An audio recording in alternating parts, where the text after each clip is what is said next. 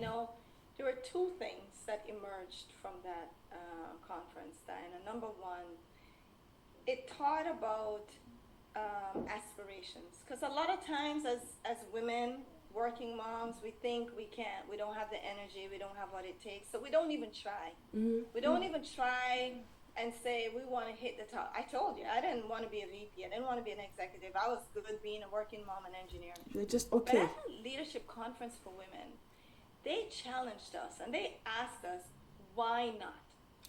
Why don't you want to be an executive?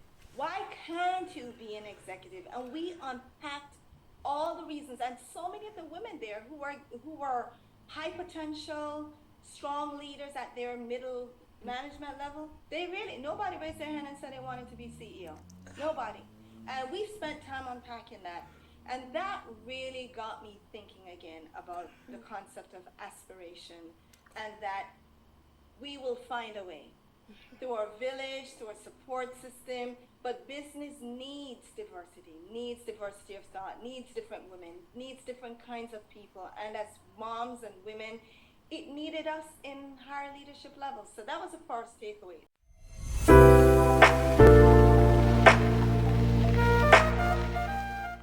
Hello everyone, welcome to episode 14 of the Dairy Mom podcast. My name is Diana Ade. I am the founder of the Dairy Mom. We inspire, educate and empower mothers who may be struggling to reclaim their dreams, or who may have temporarily set aside their ambitions due to the demands of motherhood. On the Dairy Mom podcast, we bring you powerful stories from audacious mothers around the world who defy societal expectations and harness their strength to juggle both roles of motherhood and the pursuit of their personal and professional ambitions successfully. Before we begin today's episode, I want to take a moment to wish all of our viewers and subscribers a happy new year. In 2025, we promise to bring you nothing short of amazing and inspirational content, so stay right here with us.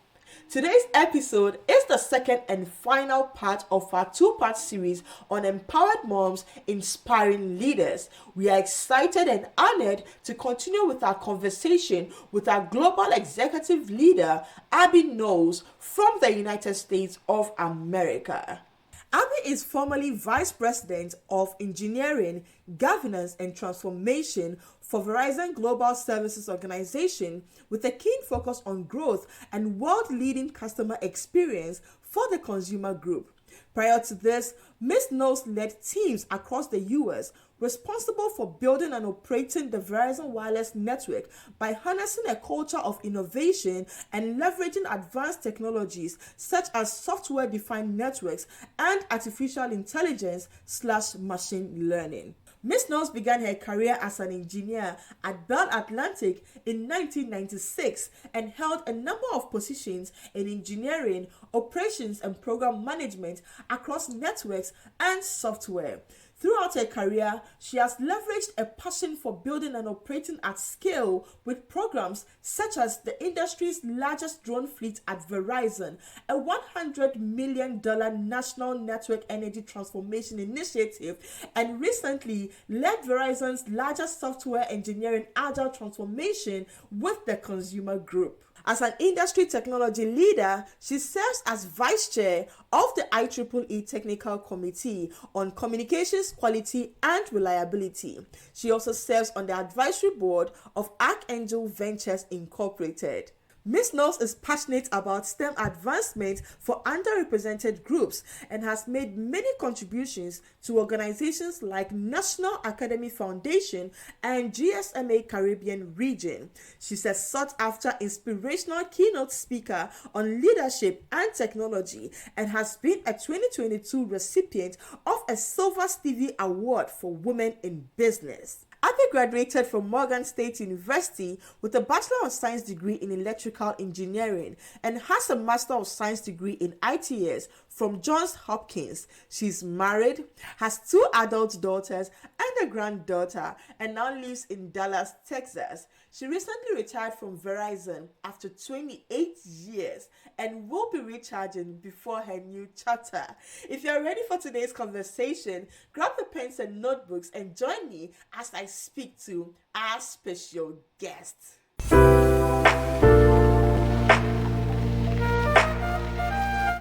that manager, he unlocked I went out of my way to make sure that whatever project he was working on, anything that I touched, I was going to do my best because he went out of his way to support me. So that's what I mean. How do you help your working mom on your team unlock her biggest potential and performance? Because guess what? The team is going to benefit, but she's also going to feel so good. Yeah. Wow, this is. It feels like a fresh breath. It's so refreshing to hear that, and big thanks to that manager wherever he may be. Yes, thank you. Because that's very true. When women get all the support that they need, they can shoot for the star. They can go really high. Exactly. Yeah. And that's very true. I want to come to your career. You've had lots of years of experience working in corporate America, and as a Black woman as well. You've led the way, and you've set great examples for many. I want to know, were there any mistakes that you made in your career? And maybe what was, I know probably there were a few here and there, but what was the biggest one, and how did you navigate that? What did you learn from it? What were the lessons that you learned? My first biggest mistake, which was a major potential derailer for me, Diana, was I was new to an engineering group, and a big part of that was managing the capital investment to build out part of the network. And I had forecasted that we would be a certain percent spent by mid-year, and I was very aggressive with that forecast because the previous year when I inherited the team, they had gone under, and it was not good to be underspent. I mean, you didn't use all of the investment. So I didn't want that, so I was very aggressive in that, and we didn't hit it. And they would send out these monthly reports. Not only did we not hit it, we had the biggest variance, meaning this was the target, and we were further away from it more than anyone else. And these reports would go to the vice president, it would go to the entire territory team, and everybody would see it. And it was like, how can you be an engineering leader and you don't even know how to spend your money? It is over. I was like, this is it. Okay, this was a test. I am not cut out for leadership. I am going to kind of withdraw from this aspiration, because now I'm in this aspiration of wanting to grow my career. I just so happened, Diana, to be in a women's leadership program at Rutgers at the time, an excellent program. And I was sharing this with the women, and they were like, oh, that's your first failure? They're like, girl, you haven't even started leading. Because having a failure means that you set a high bar, that you really pushed the envelope. And so, number two, it also teaches you empathy. So when people on your team experience failure, you know what it's like. Who better to be a leader than someone who knows what it's like to not achieve the goal that you want, right? Yeah. So they surrounded me. Those group of them, they're like, oh no, there better be more. But the trick is when you fail to fail fast. You don't want to fail, but when you do, you want to fail fast. So being surrounded by those women, Diana, really helped me to rethink. Because a lot of times as women, it's said that we're perfectionists. We always want the A. We always want to be right. And truth be told, in these male-dominated environments, it's very unforgiving, right? There's no safety net. Worse yet, I'm an immigrant, right? So I always felt like I didn't have a safety net if I failed. I don't know anybody here. I don't have any family friends in the company. Who's going to help me? But having that group of women around me and teaching me that leadership was also about failure and recovering from failure was really good. And it turned out that even though we were aggressive with our forecast, because it was so aggressive, our spend was still better than everybody else's. So our budget manager was very happy. I didn't know this until after, like a month after. And she told me, she was like, "You were bothered by that? I was so happy that you spent." I said, "Yeah, but our variance." She's like, "Yeah, the variance was off, but thank you for being as far spent as you were. It helped everybody." So it turned out that being really aggressive with goal setting was really good for the organization. Wow. So, Abby, you mentioned something about going to a leadership conference. So here's the case where, as a leader, you've set your budget, you've managed your team, and I probably would like to think that you set the bar so high because I'm sure as a leader you were trying to make an impression. Yes. and then all of a sudden it comes out as a mistake, and things weren't like adding up the way they were supposed to, and then now you're feeling bad about yourself and you're feeling like giving up, you're feeling like throwing in the towel, and you went for one leadership conference and that changed everything.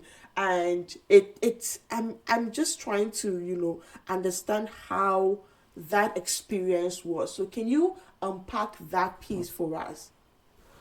There were two things that emerged from that conference, Diana. Number one, it taught about aspirations, because a lot of times as women, working moms, we think we don't have the energy, we don't have what it takes, so we don't even try. We don't even try and say we want to hit the top. I told you, I didn't want to be a VP, I didn't want to be an executive. I was good being a working mom and engineer. You're just okay. But at a leadership conference for women, they challenged us and they asked us, why not?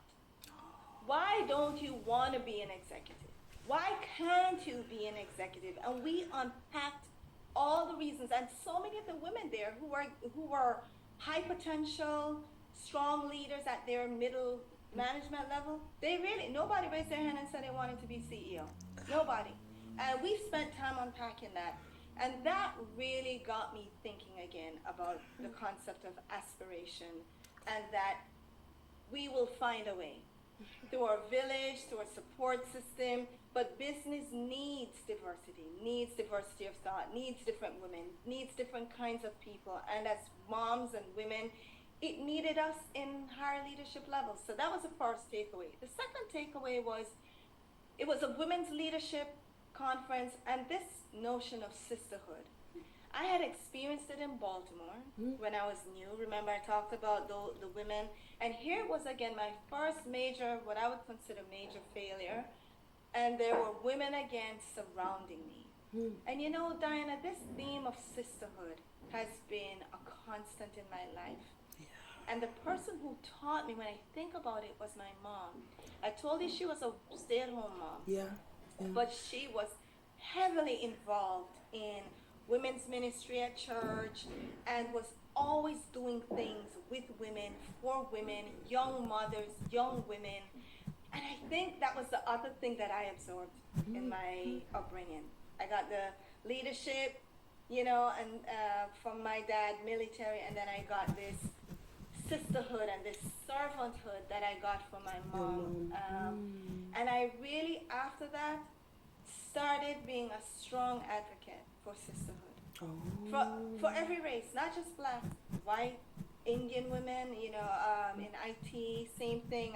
There were a lot of Indian women, and I said, we have to work together to support each other, get to know each other, get to know what you do, figure out how you can support each other. It's like a network, a very useful network. So that's when I learned the importance of sisterhood at that conference, and from thereon forward, I really advocated for and I encourage people to create these bonds of sisterhood because they help as you're climbing the ladder. It's always good to have another female that you can bounce things off of, or other women who you can help as they're growing their careers as well. Wow. I mean, you made mention of something that really struck me. That when the women had gathered and we were asking who wants to be a CEO, who wants to be, nobody raised their hands. You know, that really got me thinking, because a lot of the times we fix bottlenecks around us. Yes. And then as women, and I'm speaking from the perspective of a woman, we like to think that we can't. We like to think that, like, this is hard. And so, like you said, we just get to a point where we feel like, okay, I'm okay just being here. I mean, why should I bother? Like, when there's actually like an untapped potential, like there's a full potential, but if we choose to stretch ourselves. But then it comes down to sisterhood, because even though you may want to get to the top, sometimes there's the challenge. There's that I'm scared. There's that, can I do this? There's all of that. But then having one or two sisters around you who like be pushing you, who tell you, hey, I also failed here, but then I came out of it this way. You're just starting. You just had one failure. You're just starting. That alone can make you feel like, at least I'm not the only person who failed. Other people failed, but they also came out of it. And that alone can make you, can rebuild your self-esteem and make you feel like, okay, like it's okay to fail, but then I'm going to come out stronger. And the next thing I'm going to make it better. Wow. This is beautiful, Abby. Thank you for sharing that. Thank you for so after that mistake and after that conference, did you experience something else that like in terms of their budgeting that now got better afterwards? Because now I'm thinking, okay, you have the wisdom now. Yes. Diana, I didn't realize it, but that failure in what happened with the budget really taught me a lot about the financial management. And I went on, as my career grew, to have more responsibility for either the capital investment in building the networks or operating the networks. Mm-hmm. But in my last role, the job that I had was responsible for the entire capital and operating investment for all of the consumer technology. Mm-hmm. And that experience that I had, that failure, that learning process that I went through, that experience and relationship that I ended up building with that budget manager, I learned so much from her. I continued to study from her. I came into this role, and it gave me the confidence to truly transform the way that we were operating the budget. I didn't think the way that it was being operated was the most efficient way. There were lots of pain points for the software developers and the engineers. And my lesson learned from my last mistake was that I didn't listen to myself. I let the team do what they were always doing, and I didn't have enough checkpoints. My lesson was, and I told my boss after that failure, I'm like, I have a plan. I'm going to recover, and this is what I'm going to do. This is what I always thought we needed to do, but I wanted to let the team, and it was a leadership experience for me. I didn't want to step on the team's toes. But sometimes if your team is not doing something right, you might have to teach them. Yeah. And so I had to assert my leadership experience with the team and say, guys, this is why we were here. We're going to fix it now, and this is how we're going to operate. And I took that lesson, and in this new role that I just recently had, I told the team, this is what we're going to do.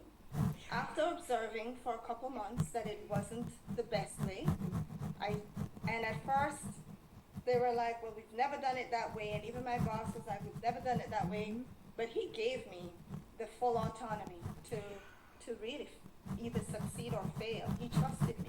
Okay. And I use that failure, Diana, to create a mechanism that is so stronger. It's a lot more efficient, and it had the trust of the CFO and all of the leaders, and all the feedback from the developers were, this is the best we've ever seen the way this budget was running. So that's such a good question, because out of failure comes learning that can produce transformational outcomes. And we don't know that. Like, I did not know that experience 15 years ago is what would give me the confidence to take on this almost $1 billion budget and transform it, right? Wow. So in hindsight, you'd say failure is actually a good thing. Just allow yourself to learn, and then when you fail, find a way to come back stronger. Like, rethink through it, and then come back with like a better recovery plan, and then stick to it. Wow. And this is a word to anybody out there listening, whether you are starting out new, or like it's your first project, your career, everything, whatever it is that you are doing. Don't be scared of failure, because failure is part of the journey. Just start, get out there, do it, and then if you fail fast, learn, recover, and then come back, stronger and better. And also surround yourself with the right people who would, push you. Abby, thank you for that. I want to come into probably my last two questions. Motherhood, or women in general. I want to come to self-care and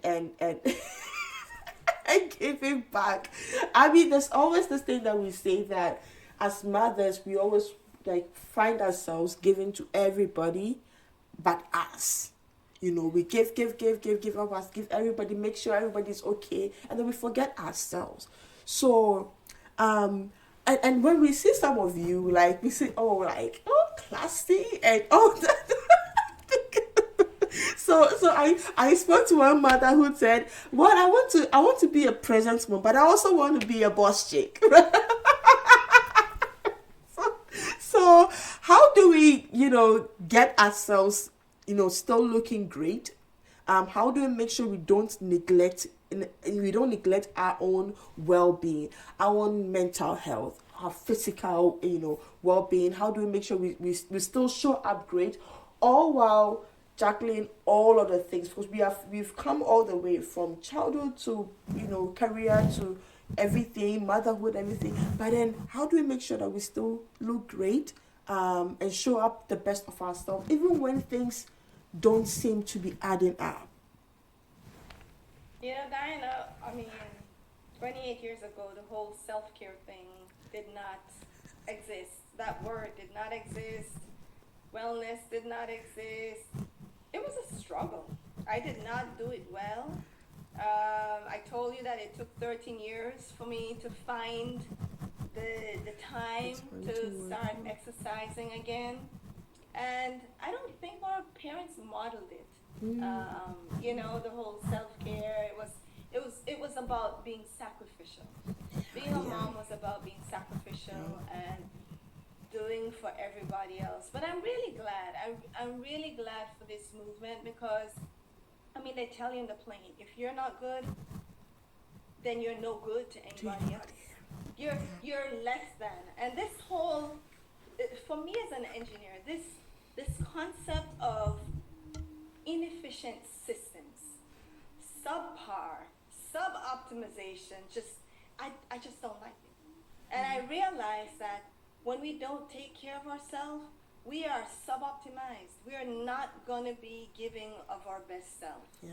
And so I didn't learn it early on, Diana, but I stumbled into it.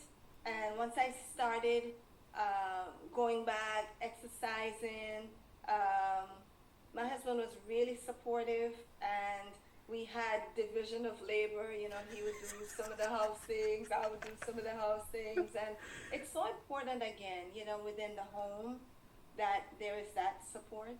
And whenever I would start to feel guilty about taking time for myself, I would have to just force myself to remember, no, this is good. And I will tell you how it ends, ladies.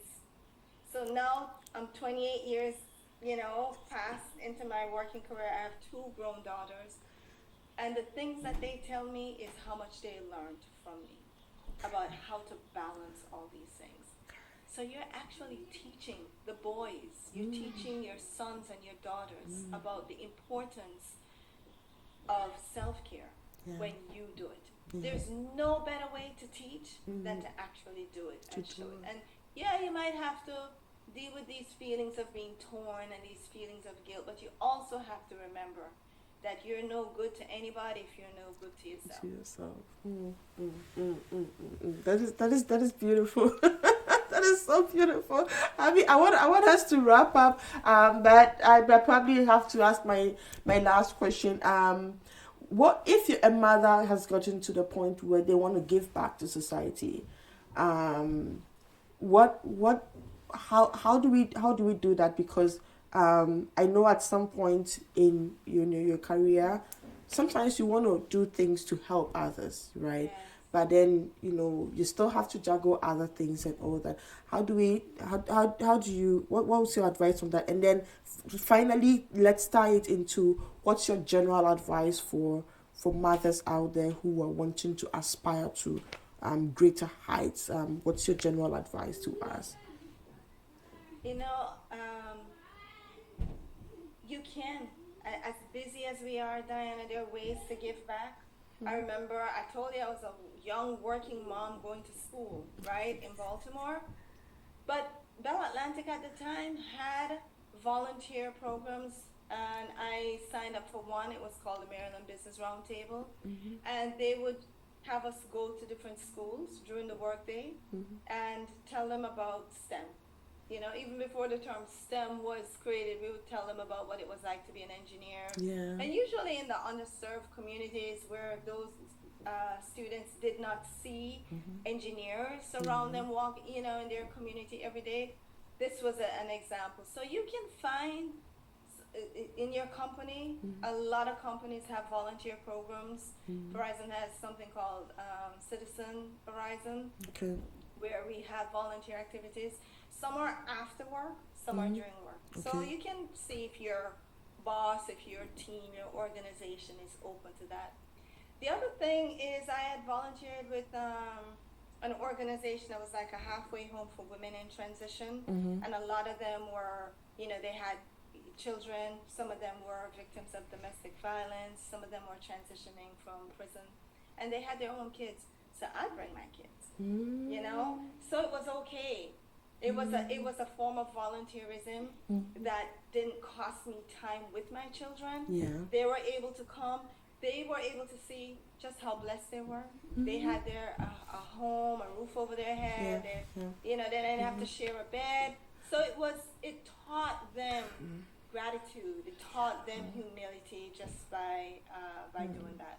And then as you get older, you can do things with your family. And I'm really fortunate that my husband and I we have that same kind of desire to give back, and we would do things like that, and we would have the girls like, you're the COO, you're the CEO, you're to pack the bag with the food that we're giving away, and you have to put the labels on them, and just kind of teach them a little bit about giving, making it fun, but also teaching them a little bit about life. I love that you asked that question, Diana. Yeah. Because I think it is important for us to always give back. And my mom modeled that. She was always giving, always entertaining, always behind the scenes, fixing things, taking stuff for people. And so I was able to model it for my children. And then when my daughter graduated from college, she told me how she was volunteering at a homeless shelter, at a soup kitchen. And another one, she was volunteering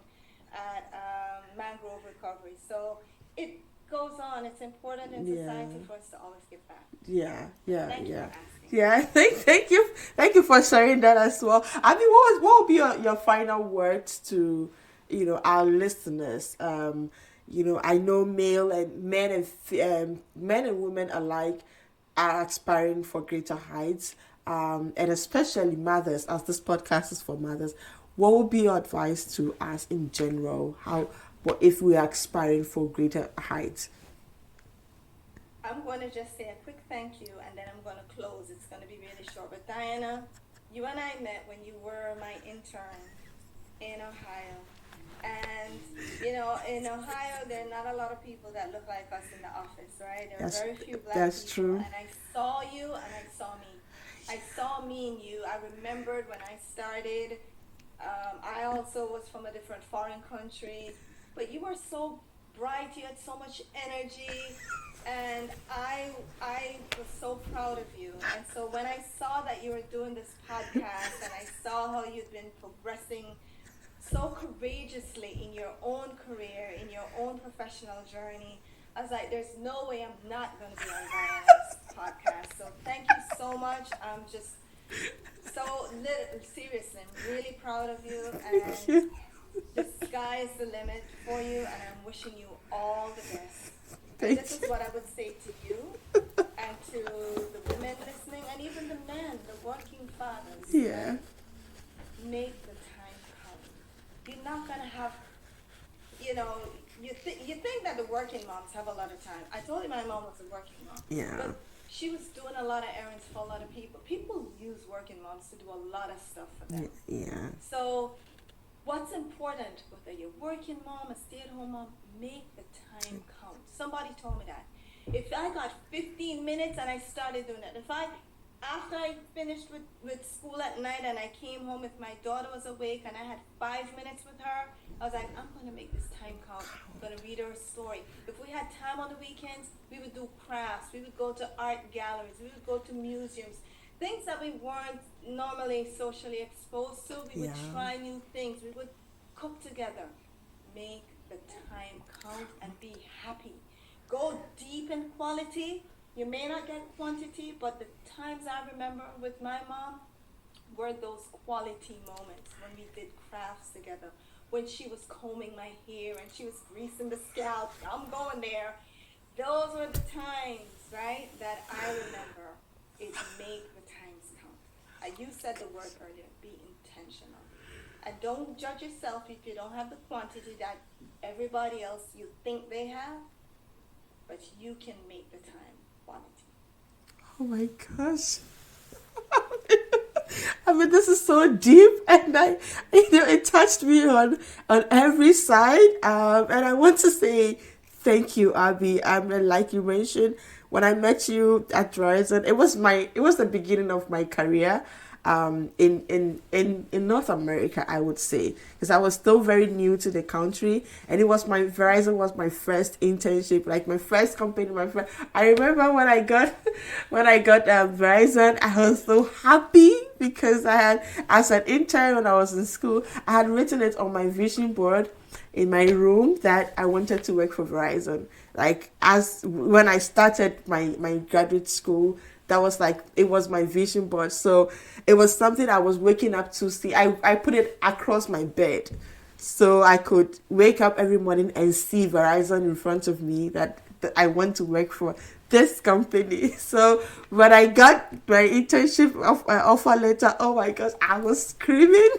I was like, this was a dream come true. And then when I came in, I saw you, and you literally held my hand, because like you rightly said, at the time, I think I was the only black girl around the room, like when we would all gather in that big room, and I just look into the room, I'm the only black person there. So you holding my hand and walking me through, and, you know, teaching me a few things here and there, it really like became like the foundation that I needed to push through corporate America, to put through like and you know, two countries, you know, I've been in the US and I'm in Canada now, and still in the corporate space, still in the telecom space, and growing and you know, like going to whatever levels that my potential will take me. I would say you formed my basis, and you made me know it is possible, and I want to say thank you also for that. And 7 years down the lane, I'm here interviewing you. I'm here interviewing you on my podcast, you know, and I want to say a big thank you for that. Thank you for sharing your story, you know, with us on the Dairy Mom podcast. I know many people would take a lot from this particular interview, and it's also a way of you giving back, right? So I want to say thank you for giving back, and I'm just looking forward to the next big thing that you are about to do, even as you've retired with Verizon. I know it's going to be bigger than what you've done, so I'm looking forward to that. Thank you, Abby. Thank you, Diana, and all the best. Thank you.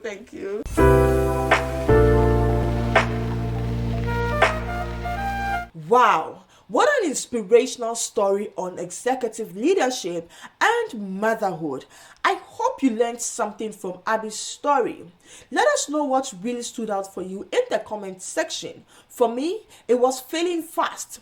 Failure is part of the journey, so allow yourself to grow and learn. And if you make a mistake, come back quickly with a recovery plan. She also said it takes a village. You cannot do this alone. You need support. So find yourself a good support system who will be able to hold you up even when things don't seem to be adding up. This brings us to the end of our series on Empowered Moms Inspiring Leaders. Next Sunday, we'll bring you another inspiring story from another mother. Be sure not to miss it. If you made it this far, we want to say thank you. And if you enjoyed the episode, please hit the like button, share, and subscribe.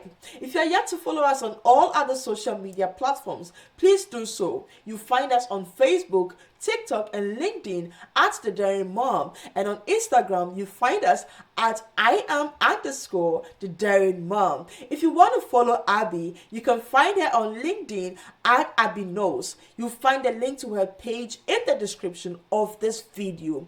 Thank you all for joining us today. And as we wrap up, my question to you is, what is your hashtag, The Daring Mom Story?